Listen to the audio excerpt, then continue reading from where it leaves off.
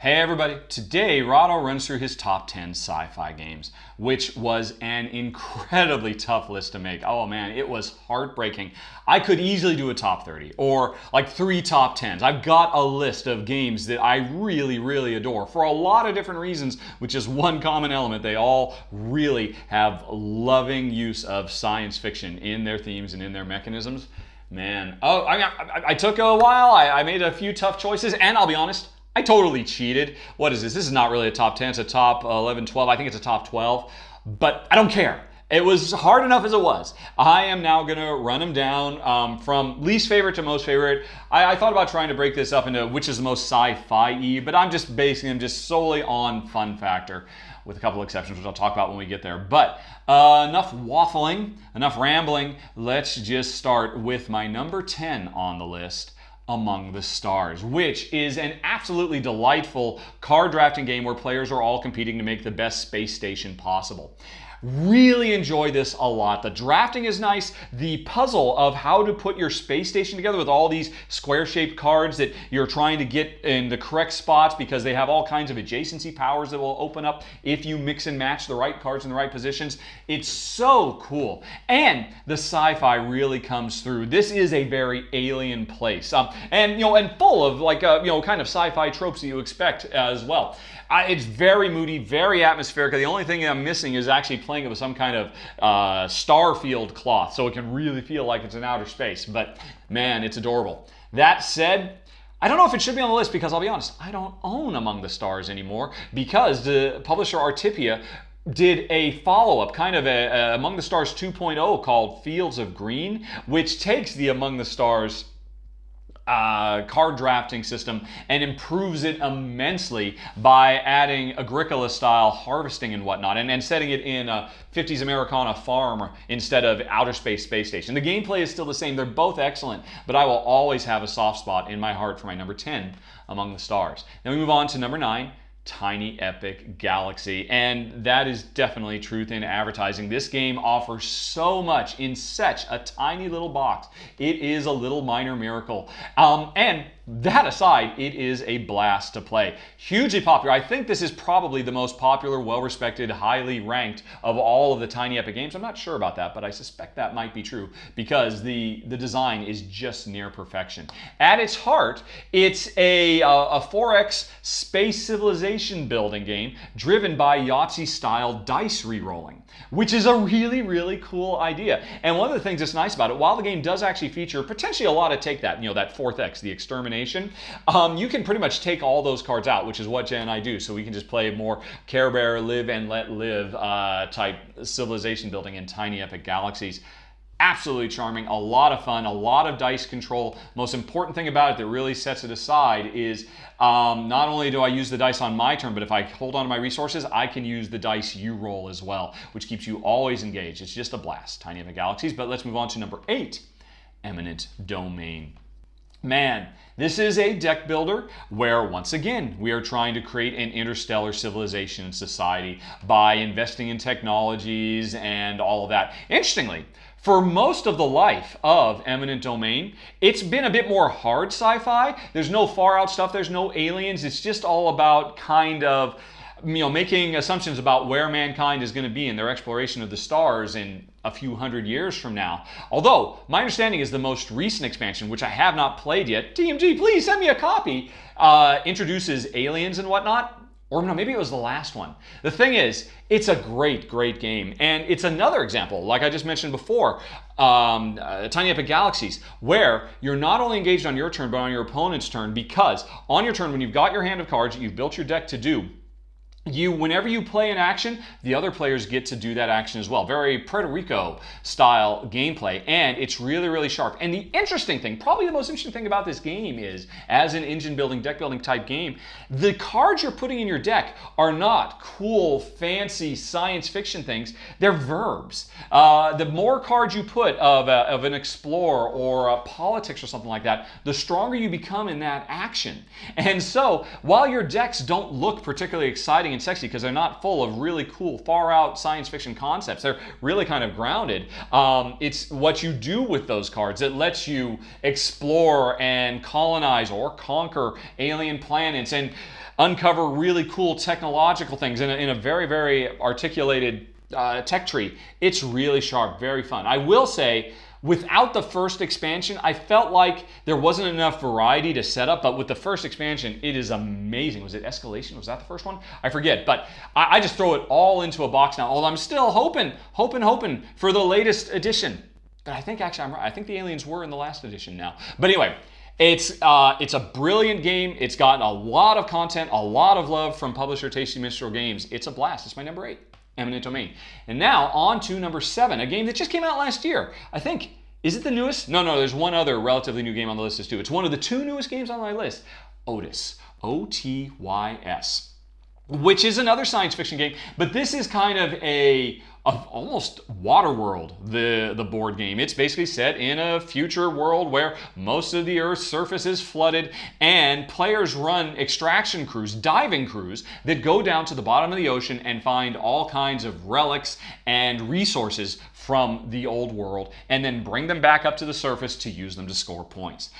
The crux of this game is so brilliant because those divers kind of function on an elevator. As one diver goes deeper and deeper to get access to more and more stuff, all the other divers follow suit and go behind him. But then once the diver gets what he went down deep for, he comes out of the elevator, slides back up to the top of the line, and that makes everybody else shift one lower. This is an incredibly rich and intricate puzzle game that is just a blast to play, although it will potentially melt your mind. But man, we have really enjoyed it. I will say one thing. I almost didn't put this on the list because the one thing that did mean that made or broke a game making it on this list was how sci-fi feeling is it? Because I got a lot of really awesome games. Some games I would actually rate higher than the ones that are on this list, but the sci-fi is not really there. It's way too pasted on. It doesn't really engender the science fiction feeling. Otys does a good job, but it could have done a great job. The production of the components and the art is really stellar, but it drives me nuts that the objective cards, which drive everything you're trying to do, they don't have names. So, at the end of the day, while you have to work really hard to imagine what it is you're trying to do, collecting these cubes and then taking them back to the surface, with a little bit more work, the developer could have made this really be much more thematic, and then I'd feel much more confident. But aside from that, it's still so good. I mean, I could not keep it on the list. Number 7, Otys. Then we move on to number 6, the other new game that came out last year in 2017, Pulsar 2849, which is yet another deep space civilization building and expanding and exploring game. Oh my gosh, this is such a great game. It's interesting.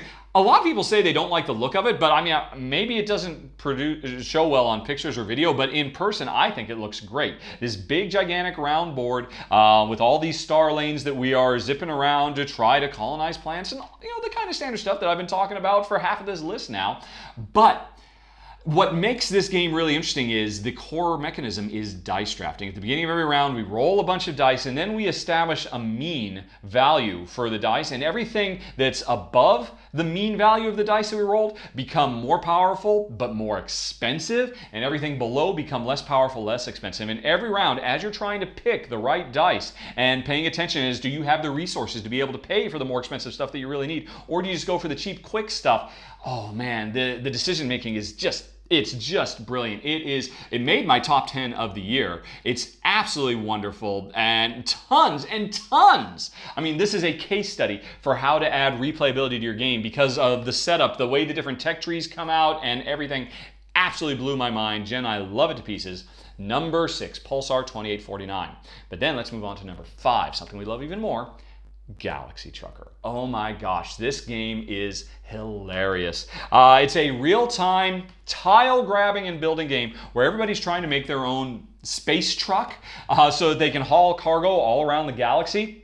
But the problem is you're basically grabbing tiles out of a galactic junkyard as fast as you can, flipping them over to see what they are, and then deciding, against the timer, because this is a real-time game, whether you should slot this piece of space junk that you found into your ship to make it a bigger, more powerful ship. Trying to match the right tiles together to get the most efficient, best run ship, because you got to get engines, you got to get crew, you got to find lasers, you got to have shields, and there is so much expansion content. There are so many cool new modules you can add. It's absolutely a blast. Now, I know some people are less than happy because they like the first half of Galaxy Trucker. The game has two halves. The first half is that real-time thing where you're grabbing tiles and trying to build your space truck. The second half of the game is where you actually take the truck for a spin around the galaxy and watch it get ripped to shreds by space pirates and asteroid fields and space madness. All kinds of crazy stuff can happen to you.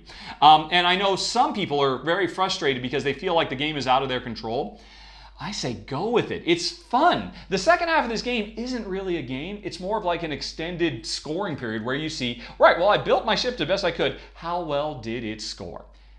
It's a laugh riot, Jen. I absolutely adore it. It's number 5, Galaxy Trucker. Then we got number 4, the Gaia Project. Now, this is a science fiction reimagining of a monstrously popular heavy euro called Terra Mystica. And I think actually the word Mystica or Gaia, has made it somehow into the subtitle for the Gaia Project. I don't remember, but long story short, say it with me, folks. We are building an intergalactic space civilization, extending our reach from planet to planet across the board and building up cool sci-fi tech trees to score lots of points. Seems to be a recurring theme here, but hey, if you're going to make a Euro-style game, what better way to do it in a sci-fi setting? Now, Gaia Project is absolutely brilliant.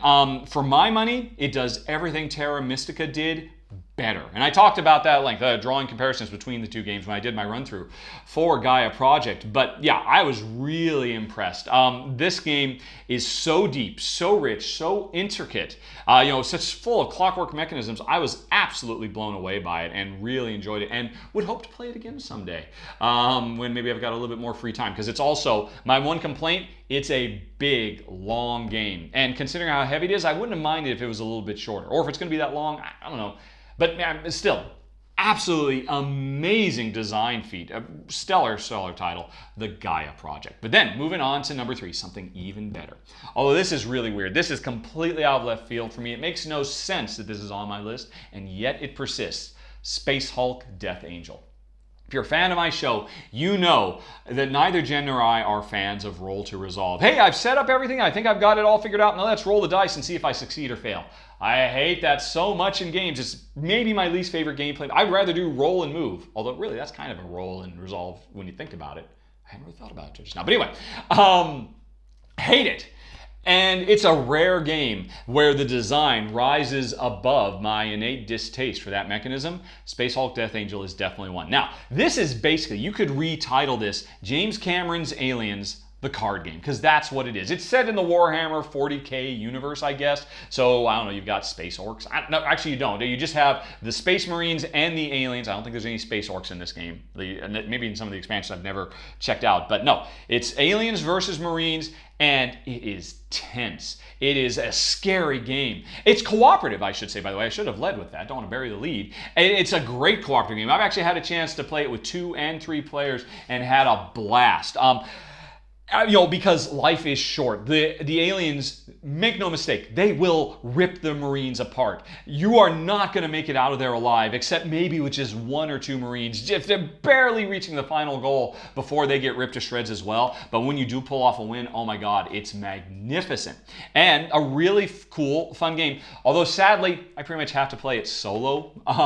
It's actually one of my favorite solo games as well. A great solo game, because Jen has no interest in xenomorph scary type alien. So, I showed it to her, honey, I love it so much.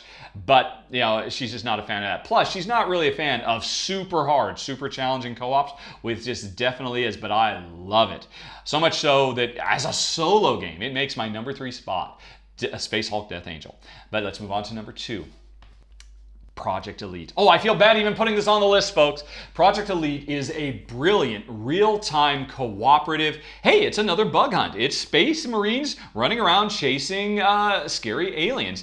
But you do it in real time, kind of like Galaxy Trucker, but now you're working together. It's not a competitive game. And you move and do actions and, search or interact with the aliens or attack them with your weapons by rolling dice over and over as fast as you can, trying to get the results you need. But the problem is those dice can turn on you because they have most of the time you roll them and hey, oh good, I needed to shoot, or I needed to reload my gun, or I needed to move, or whatever. But sometimes you roll them and, oh crap, that gives the aliens a chance to move. So there is so much excitement and tension during the real-time portions as I'm rolling, trying. There's a non-real time. There's a slow time where everybody can talk about what their plans are. When the timer starts, here's what we're going to try. I'm going to head north. You go south. I'll try to hold this line. You make sure you get over to the not the hostage, the scientist, and pull them back out, and I'll provide cover fire for you. Right, now let's start the timer and start rolling our dice, and oh my gosh, the dice aren't giving us what we want. Okay, change of plans. I'll be the one, because I'm the one who got all the movement, but I'm supposed to be the one covering you. All right, what can you do instead? I don't know, but go as fast. Oh my gosh, the aliens are moving. Ah! Probably more than any other game out there. And I would even probably include Escape Curse of the Temple. This so wonderfully captures the frenetic, madcap, just nail-biting tension of a high-velocity video game, but in board game form, where you're sitting down at the table sharing the experience with somebody. Oh my gosh, it's so brilliant. So much so that Jen loves it too. I just said how she hates Space Hulk Death Angel. That's a game that makes her look and think about how gross and scary the aliens are. Here, she doesn't have time to think. All she has time to do is roll and shoot, and she loves it too because the gameplay is so much fun. Now, I said right up front, I apologize for putting on my list because it's been out of print for a while and it commands ridiculously high prices and it's all but impossible. And for a long time, it looked like it was never going to get reprinted. Folks, it is going to. Project Elite will return. I can't say anything more. I don't really know much more, but hold on, folks. It will be coming back. My number 2 sci-fi game of all time, Project Elite. But let's talk about my number 1. And here's where I cheated. I said I cheated. I'm going to cheat now. I'm not going to say my number 1 is a game. I'm going to say it's a sci-fi universe. It is the Race for the Galaxy, Roll for the Galaxy, Jump Drive sci-fi universe from designer Tom Lehman. I love all 3 of these games so much. They're all basically 3 different ways to skin the same cat. Once again, we are building and growing our spacefaring civilization and colonizing or conquering planets and getting technologies. Same cat, different way to skin it. Space cat, I suppose.